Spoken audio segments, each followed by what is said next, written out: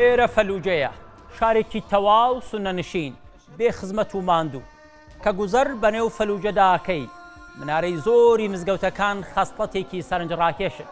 بە هەر لایەکدا دەڕۆی مزگەوتێک دێتە ڕێ. ئەم مزگەوتە یەکێکە لە کۆنترین مزگەوتەکانی ئەم شارە.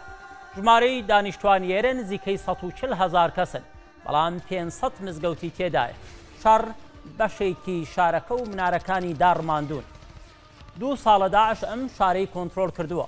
ئۆپراسیۆنی ساندنەوەی بۆ عێراق و هاوپەیمانی نێودەوڵەتی بە شکاندنی تیرۆر ناوزەت کراوە بۆ بنبڕکردنی داعش و شکستدان بەدەسەڵاتی لە هەموو ناوچەکەدا بە مووسڵیشەوە. فەلوجە دەکەوێتە دووری 40 کیلۆمەتری ڕۆژاوای بەغدا. پێگەیەکی استراتیژی و سەرسەختی داعشە.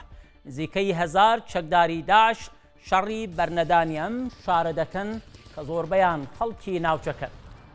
لە 6 قۆڵەوە ئۆپراسیۆن گوشاری خستوەتە سەر داعش. لە باکوور و باکووری ڕۆژەڵاتەوە هێرشت لە سەقلاویە ناوچەی موختار و گەرمە دەکرێت. لە باکوور و باشووری ڕۆژ ئاواشەوە لە بنکەی ئاسمانی تەقەدومەوە هێرش دەکرێت لەگەڵ ناوچەی هەیاکل لە ڕۆژهەڵاتەوە. قۆناغی یەکەم ئامانجی باش مسەوگەرکردوون. شارۆچکەی گەرمە کۆنترۆل کراوەتەوە بە گوتەی فەرماندەکانی شەڕ.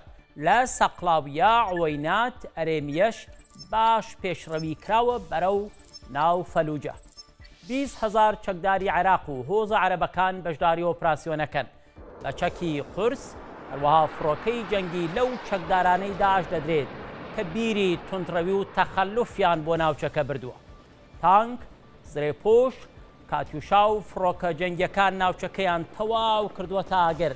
ئاسمانی فەلوجە بە دووقەڵی ڕەش و تەقینەوە و جەنگ تەنراو. لە مەودایەکی دوور و بیاباندا دەنگی فڕۆکە و بۆمبە گەورەکان دەبیسرێت. ئامانجی ئۆپراسیۆن ناو فەلوجەیە، بەڵام لە بەردوو هۆکار پەلە ناکرێت. یەکەم پاراستنی گیانی خەڵکی سڤیل کە داعش وەک قەڵغانی مرۆیی بەکاریان دێنێت.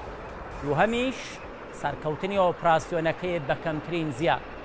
قۆناغی دووەم کە 28/5 دەستی پێ کردووە پێشڕەویە بەرەو سەنتەری فەلوجە. نزیکەی 6,000 هاوڵاتی فەلوجە گرفتاری ئاگری شەڕی نێوان داعش، هێزەکانی عێراق و بۆمبارانی ئاسمانین. بردومان و برسێتی خەڵکێکی زۆری لە فەلوجە کوشتووە.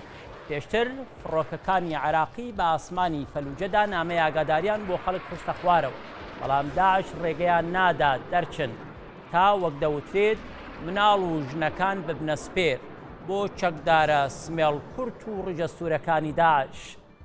زیاتر لە 150 چەکداری داعش کوژراون، لە نێویاندا ماهر ئەلبیلاوی فەرماندەی هەموو چەکدارەکان لە سنووری فەلوجە.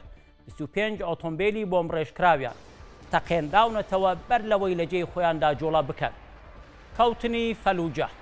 بەغدا لە هەڕەشەی داعش دوورە خاتەوە.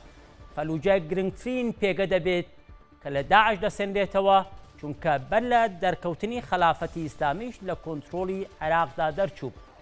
لە ڕووی معنەویەوە ئیرادەی هێزە عێراقیەکان بە کۆنترۆلکردنەوەی فەلوجە بەرز دەبێتەوە.